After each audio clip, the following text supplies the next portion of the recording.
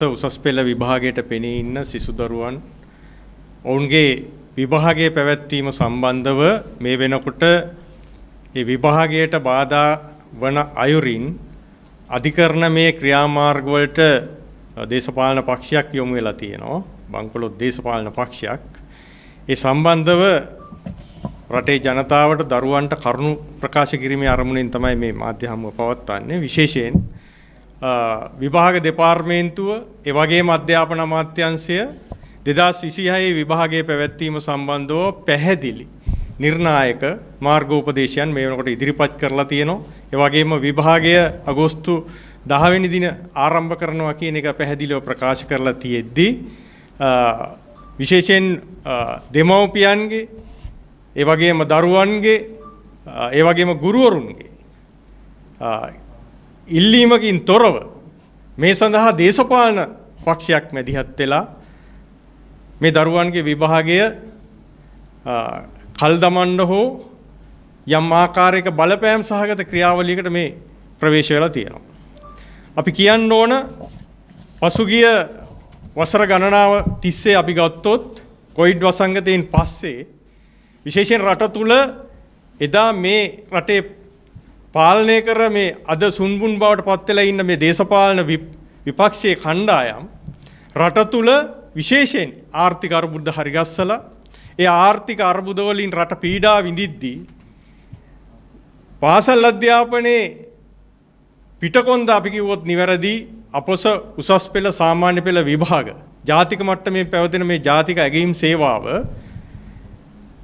නිවැරදිව ක්‍රියාත්මක කරගන්න අපොහසත් වුණා. ඒ නිසා මේ දරුවන්ගේ ජීවිත වසර ගණනින් පිටිපස්සට ගියා. ඔවුන්ගේ ඉදිරි අධ්‍යාපන කටයුතු විශේෂයෙන් ගත්තම උසස් අධ්‍යාපනයට දරුවන්ට යොමු වීමට තිබිච්ච අවස්ථා මගහැරුණා. එවැනි තත්ත්වයක් තුල මෙය නැවත යථාවත් කිරීමේ වගකීම වර්තමාන ආණ්ඩුවටත් විභාග දෙපාර්තමේන්තුවටත් ඒ වගේම අධ්‍යාපන අමාත්‍යාංශයටත් පැවරිලා තිබුණා.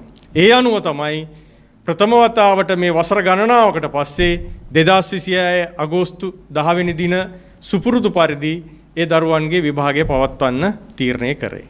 අධ්‍යයන කාලය සඳහා දින 300ක් ප්‍රමාණවත් කියන එක විශේෂයෙන් පාඨමාලා සකස් කර ජාතික අධ්‍යාපන ආයතනය ඍජුවම ප්‍රකාශ කරලා තියෙනවා. එවැනි තත්ත්වයක් ඇතුලේ දින 300 ඉක්ම වූ දින ප්‍රමාණයක් දරුවන්ගේ අධ්‍යයන කටයුතු සඳහා අවස්ථාව ලබා දීලා තමයි මේ විභාගය පවත්වන්න තීරණය කරේ.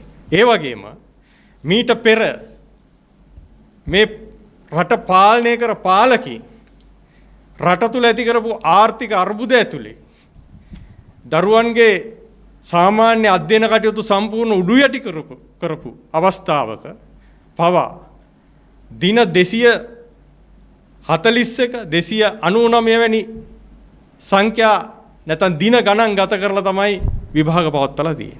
ඒ වගේම මේ දරුවන්ගේ අධ්‍යාපන දැන් දේශපාලනය කිරීම සම්බන්ධව අපිට ප්‍රශ්නයක් නැහැ. දේශපාලනය අපි දේශපාලනික පක්ෂයක කරමු. රටේ දේශපාලනය කරමු. නමුත් අනාගතයේ බාර ගන්න ඉන්න මේ දරුවන් එක්ක ඔවුන්ගේ ජීවිත එක්ක මේ සුම්බුන් විපක්ෂයේ බංකොලොත් චරිත එළියට බස්සලා මේ කරන මජර දේශපාලනය නවත්තන්න කියන ඉල්ලීම අපෙන් තියෙනවා. විශේෂයෙන් දරුවන්ගේ අධ්‍යාපනය උන්ගේ අනාගතය එක්ක සෙල්ලම් කරන්න එපා. ඔබ මේ රටට කරපු අපරාධ හොඳටම ඇති. ඒ නිසා අද මේ රටේ දෙමව්පියන්, ගුරුවරුන්, ඒ වගේම පොදු මහ ජනතාව මැදිහත් වෙලා මේ රට මෙතෙක් පාලනය කරපු මේ අදම පාලනය පළවා හැරලා අවසන්. එවැනි තත්ත්වයක් ඇතුලේ මේ රට නැවත ආර්ථිකව සමාජීය වශයෙන් වගේම මේ අධ්‍යාපනය වගේ අතිශය වැදගත් ශාස්ත්‍ර යථාවත් වෙමින් තියෙනවා.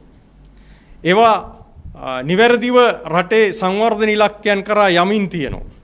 රටට දියුණු මානව සම්පතක් අවශ්‍ය වෙලා තියෙනවා. ඒකට අපිට දින ගනින්න බෑ. ඒ නිසා අපි ලංකා ගුරු සේවා සංගමයේ විදියට ප්‍රකාශ කරන්නේ මේ බාධාවන් ඉවත්වන තුරු අපි මේ දරුවන්ගේ අයිතිවාසිකම් වෙනුවෙන් ඒ සටන අපි දියත් කරනවා. ඒ නිසා වර්තමාන ආණ්ඩුව විදියට අපි කියනවා පැහැදිලිවම දරුවන්ගේ අධ්‍යාපනය සම්බන්ධව මේ මජර දේශපාලන මැදිහත් වීම වළක්වන්න මේ රටේ සමාජයේ පෙළ ගැහෙන්න කියන ඉල්ලීම තියෙනවා. දෙමව්පියන්ට, ගුරුවරුන්ට මේ ඉල්ලීම කරනවා මේ මජර දේශපාලනය අවසන් කරන්න. ඔවුන්ගේ අසාර්ථකත්වයන් ඉදිරිපිට ඔවුන් බන්ධනාගාරගත වෙමින් සිටින මොහොතක ඔවුන් මේ පටු ක්‍රියාමාර්ග වළක්වන්න ගන්න පුළුවන් උපරිම ක්‍රියාමාර්ග ගන්න කියන ඉල්ලීම තියෙනවා. මේ කතා කරන මේ දේශපාලන පක්ෂය අධිකරණ ක්‍රියාමාර්ගයට ගිහිල්ලා තියෙන මේ දේශපාලන පක්ෂය විශේෂයෙන් ගත්තම අද නීතිය අවභාවිතා කරමින් ඉන්නවා. දැන් වර්තමානයේ අපිට පේනවා මේ රටේ හිටිය අධිකරණ ඇමතිවරු පවා නීතිය අවභාවිතා කරා කියන එක පැහැදිලිව පේනවා. එවැනි තත්ත්වයක් ඇතුලේ මේ අය මේ නීතිය අවභාවිතා කරමින් රටේ දරුවන්ගේ අනාගතයට අනවශ්‍ය බලපෑම් කරමින් ඉන්නෝ. මේවා කරුණාකරලා අවසන් කරන්න කියන ඉල්ලීම අපි ලංකා ගුරු සේවා සංගමයේ ඉදිරියට කරන්න කැමතියි.